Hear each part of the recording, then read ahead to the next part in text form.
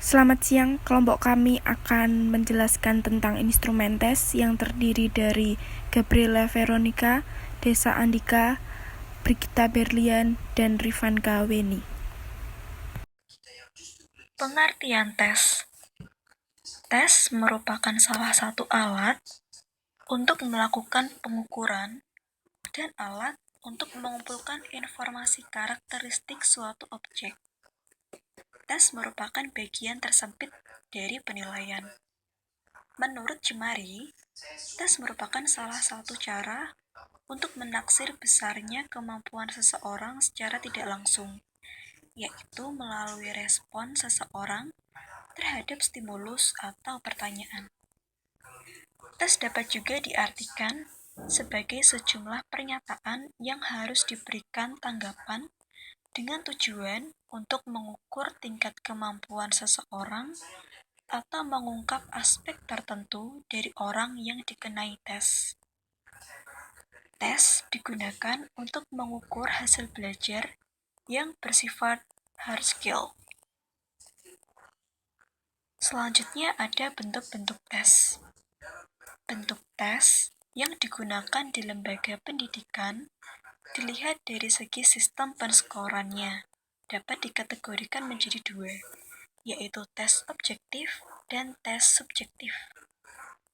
Tes objektif adalah tes yang penskorannya bersifat objektif, yaitu hanya dipengaruhi oleh objek jawaban atau respon yang diberikan oleh peserta tes. Tes objektif adalah tes yang penskorannya selain dipengaruhi oleh jawaban maupun respon peserta tes, juga dipengaruhi oleh subjektivitas pemberian skor. Subjektivitas yang dapat mempengaruhi hasil penskoran hasil tes diantaranya adalah 1. Ketidakkonsistenan penilai atau rater unreliability. Kondisi penilai, baik fisik maupun psikis, akan mempengaruhi terhadap scoring jawaban siswa. Ketidakstabilan kondisi penilai akan mengurangi tingkat reliabilitas skor hasil tes. Yang kedua, ada halo effect. Kesan guru terhadap siswa sebelumnya akan dapat mempengaruhi skor hasil tes siswa.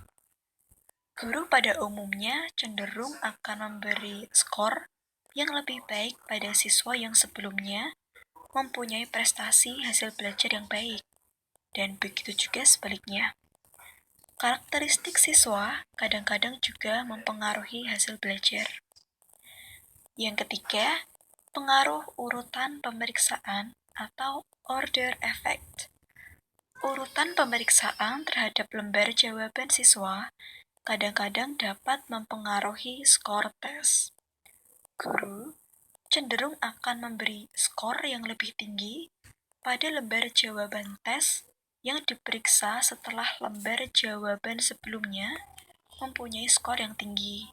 Begitu juga sebaliknya. Yang keempat, pengaruh bentuk tulisan dan bahasa atau mechanic and language effect.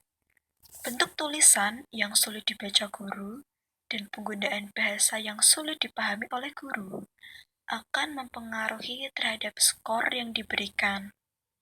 Tulisan dan bahasa yang kurang jelas akan mempengaruhi skor jawaban tes yang diberikan oleh guru.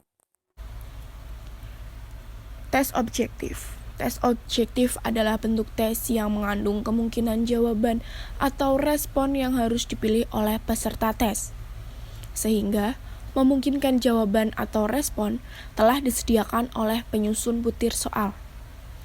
Karena sifatnya objektif, maka tidak harus dilakukan oleh manusia, namun dapat digantikan oleh mesin, misalnya mesin scanner. Ada 3 tipe tes objektif. Yang pertama, benar-salah, true-false. Tipe benar-salah adalah tes yang butir soalnya terdiri dari pertanyaan yang disertai dengan alternatif jawaban, yaitu jawaban yang benar atau jawaban yang salah. Contoh, dengan memberi tanda X pada huruf B jika pernyataan itu dianggap benar. Dan sebaliknya, jika pernyataan itu dianggap salah, maka memberi tanda X pada huruf S. Selanjutnya yang kedua ada menjodohkan atau matching.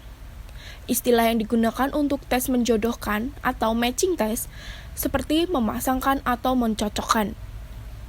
Butir soal tipe ini ditulis dalam 2 kolom atau kelompok. Kelompok pertama di sebelah kiri adalah pertanyaan atau pernyataan atau stem yang biasa juga disebut dengan permis. Kelompok kedua di sebelah kanan adalah kelompok jawaban. Peserta tes cukup mencari dan menjodohkan jawaban-jawaban sehingga sesuai dengan pertanyaan atau pernyataan. Ada pula prinsip penyusunan tes tipe menjodohkan, yaitu kelompok pernyataan di sebelah kiri dan kelompok jawaban di sebelah kanan. Masing-masing harus terdiri dari kelompok yang homogen. Lalu prinsip selanjutnya adalah kelompok jawaban kanan harus lebih banyak dari kelompok pernyataan atau pertanyaan yang ada di sebelah kiri. Tipe selanjutnya ada tipe pilihan ganda atau multiple choice. Tes pilihan ganda adalah tes di mana setiap butir soalnya memiliki beberapa alternatif jawaban lebih dari satu. Namun, tentu saja jumlah alternatif jawaban tidak perlu terlalu banyak yang nantinya akan membingungkan peserta tes dan juga dapat menyulitkan penyusun butir soal. Biasanya, alternatif jawaban berkisar antara 2-5 saja. Pilihan ganda terbagi lagi menjadi beberapa bagian. Yang pertama, ada pilihan ganda analisis hubungan antar hal. Pilihan ganda hubungan antar hal terdiri dari 2 pernyataan yang dihubungkan oleh kata sebab. Kemungkinan, hubungan 2 pernyataan tersebut adalah hubungan sebab akibat atau tidak ada hubungan sebab akibat. Yang kedua ada pilihan ganda analisis kasus. Pada bentuk pilihan ganda ini, peserta dihadapkan pada suatu kasus yang dimana kasus disajikan dalam bentuk cerita, peristiwa, atau sejenisnya. Biasanya, bentuk tes analisis kasus sudah dimunculkan petunjuk yang ada pada soal. Yang ketiga, ada pilihan ganda asosiasi atau kompleks. Pilihan ganda ini memiliki jawaban yang benar dapat lebih dari 1, mungkin 2, 3, atau 4. Jadi, pada ragam melengkapi berganda, boleh menuliskan keempat alternatif sebagai pilihan. Yang terakhir ada pilihan ganda dengan diagram, grafik, tabel, dan sebagainya. Bentuk soal ini diminta untuk menganalisis sebuah kasus, namun bukan dalam bentuk cerita, melainkan berupa diagram, grafik, maupun tabel. Tes subjektif. Tes subjektif pada umumnya berbentuk uraian. Tes bentuk uraian adalah butir soal yang mengandung pertanyaan atau tugas yang jawaban atau pengerjaan soal tersebut harus dilakukan dengan cara mengekspresikan pikiran peserta tes.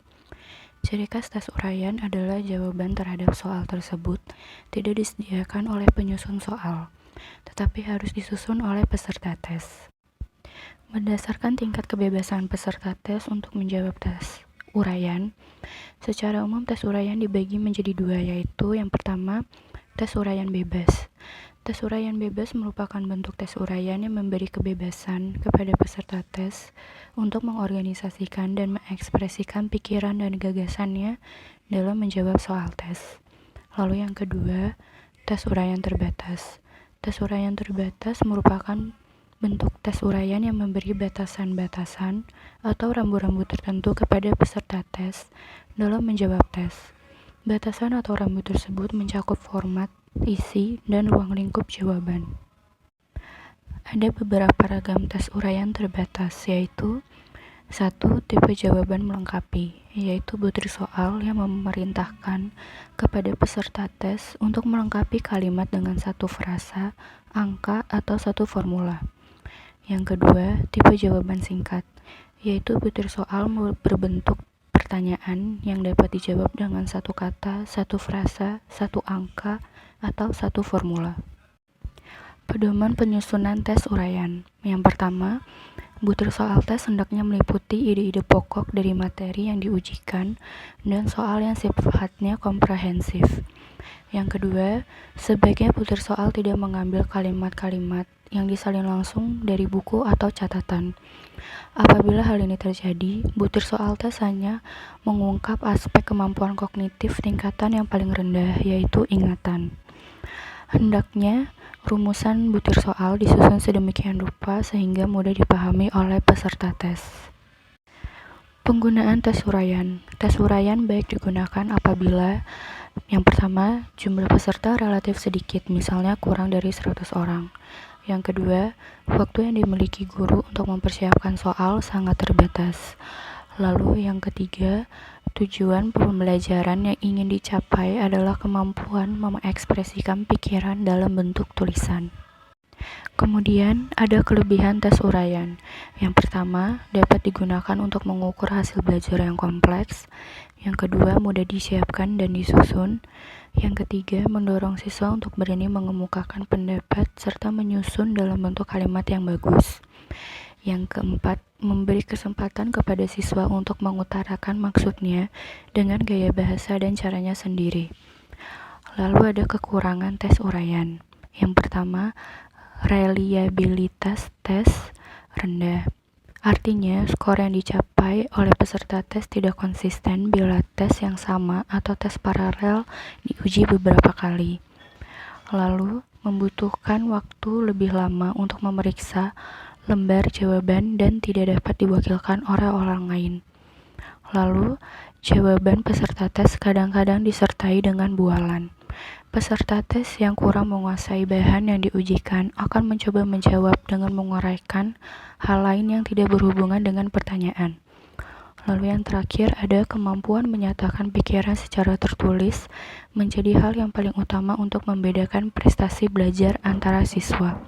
Padahal tidak semua hasil belajar bisa dikomunikasikan dalam bentuk tulisan. Selanjutnya ada pengembangan tes. Di dalam pengembangan tes itu terdapat 9 langkah. Yang pertama adalah menyusun spesifikasi tes.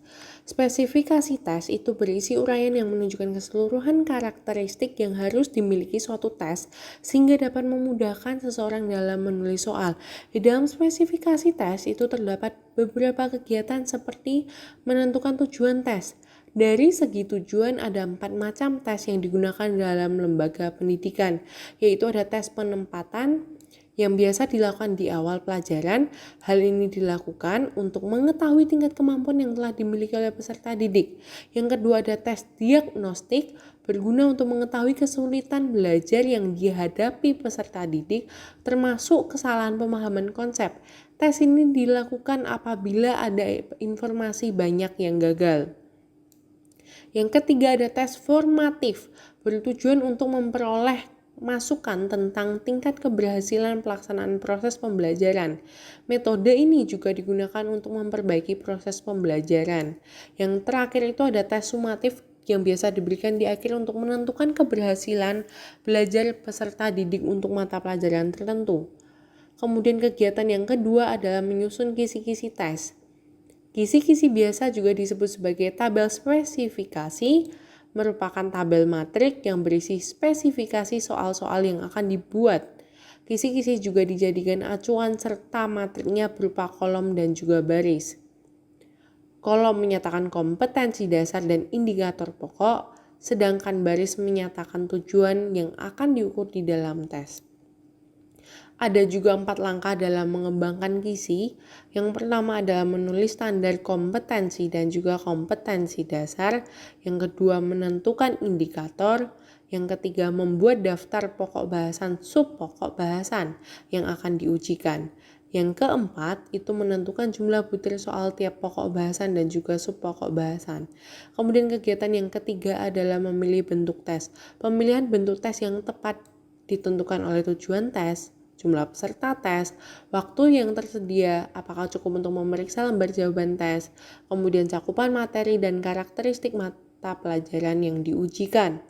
Bentuk tes itu ada bentuk tes objektif, pilihan ganda, dan bentuk tes benar salah yang nantinya itu bergunanya untuk jumlah peserta yang banyak, waktu koreksi yang singkat, dan cakupan materi yang banyak. Kemudian yang kedua, bentuk tes uraian objektif sering digunakan pada mata pelajaran yang batasnya jelas, misalnya ada matematika, fisika, kimia, dan sebagainya. Yang ketiga, ada bentuk tes dikatakan subjektif apabila dilakukan dengan dipengaruhi subjektivitas dari penilai. Bentuk ini menuntut kemampuan peserta didik untuk dapat memadukan gagasan ataupun ide dengan menggunakan kata-katanya sendiri. Kegiatan yang keempat adalah menentukan panjang tes. Penentuan panjang tes didasarkan pada materi dan juga kelelahan peserta tes. Biasanya tes tertulis itu menggunakan waktu 90 sampai 150 menit. Untuk praktek itu bisa lebih. Pada umumnya waktu yang dibutuhkan untuk pilihan ganda itu 2 sampai 3 menit setiap butir soalnya, sesuai dengan tingkat kesulitan, sedangkan untuk soal uraian tergantung pada kompleksitas jawaban yang dituntut.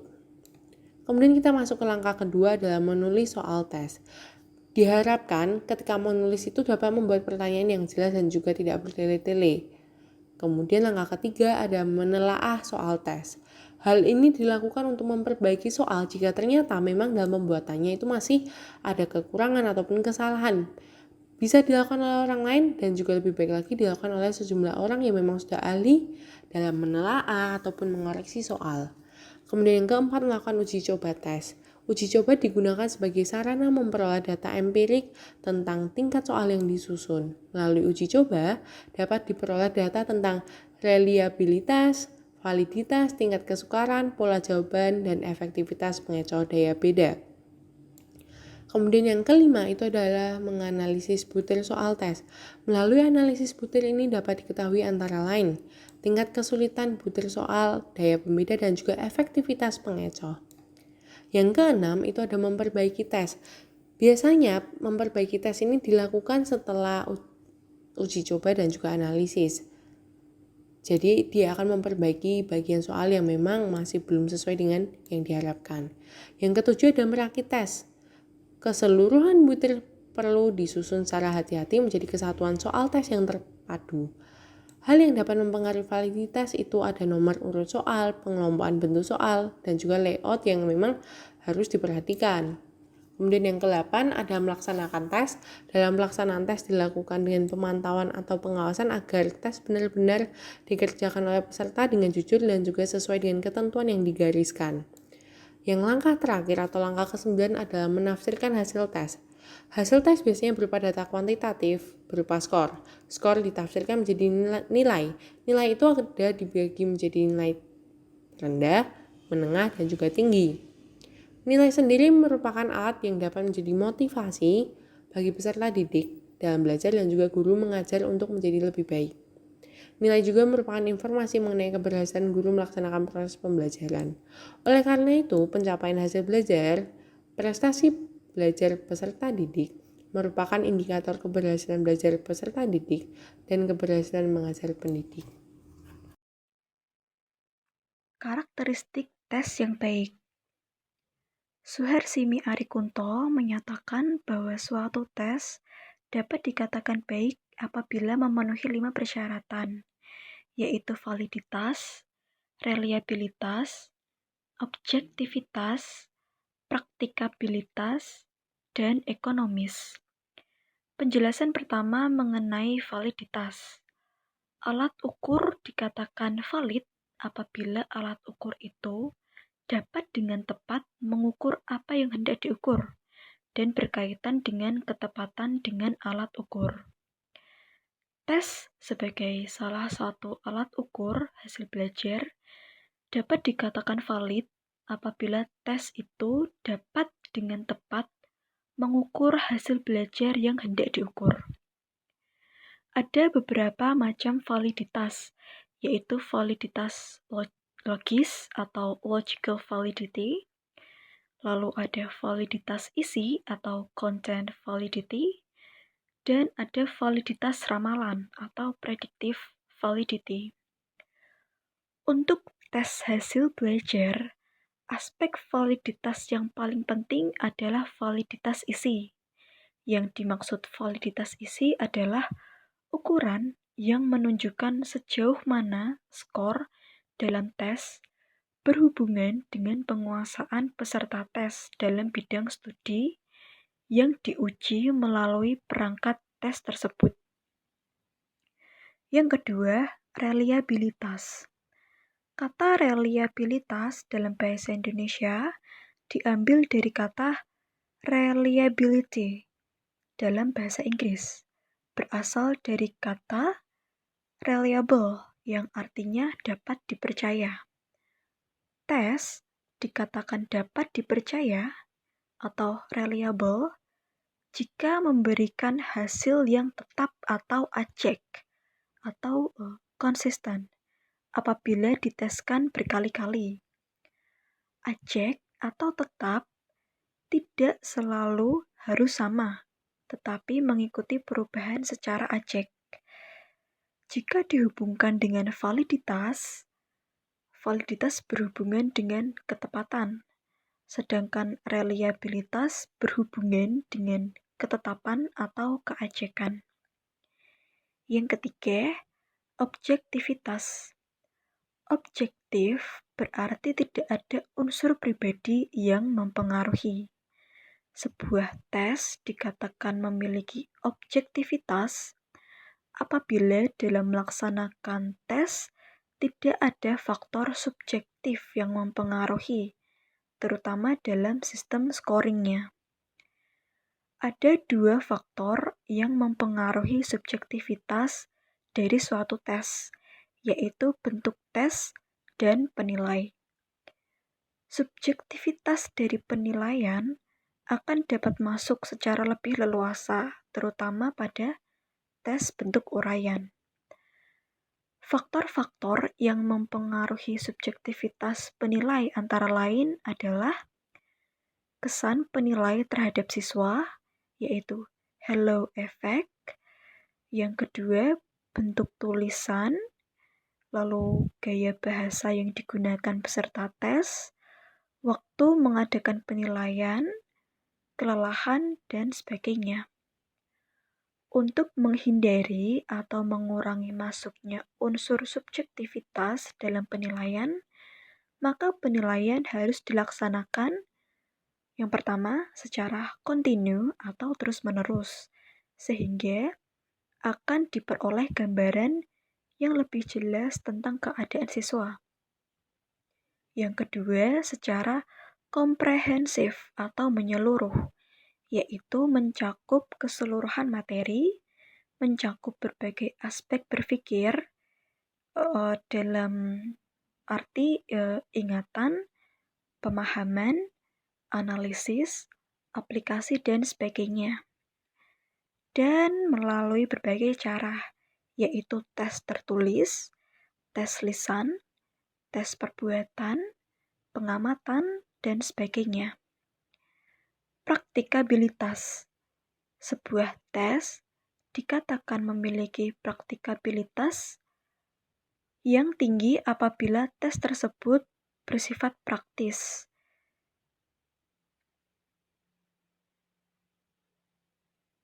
Mudah pengadministrasiannya, tes yang praktis adalah tes yang pertama mudah dilaksanakan. Artinya tidak menuntut peralatan yang banyak dan memberi kebebasan kepada siswa untuk mengerjakan terlebih dahulu bagian yang dianggap mudah oleh siswa. Yang kedua, mudah pemeriksaannya. Artinya bahwa tes itu dilengkapi dengan kunci jawaban maupun pedoman scoringnya. Yang ketiga, dilengkapi oleh petunjuk-petunjuk sehingga dapat diberikan oleh orang lain. Selanjutnya, ekonomis. Yang dimaksud dengan ekonomis di sini adalah bahwa pelaksanaan tes tersebut tidak membutuhkan biaya yang mahal, tenaga yang banyak, dan waktu yang lama. Sekian dari kelompok kami. Mohon maaf jika ada kesalahan dan kekurangan. Kami mengucapkan terima kasih. Selamat siang.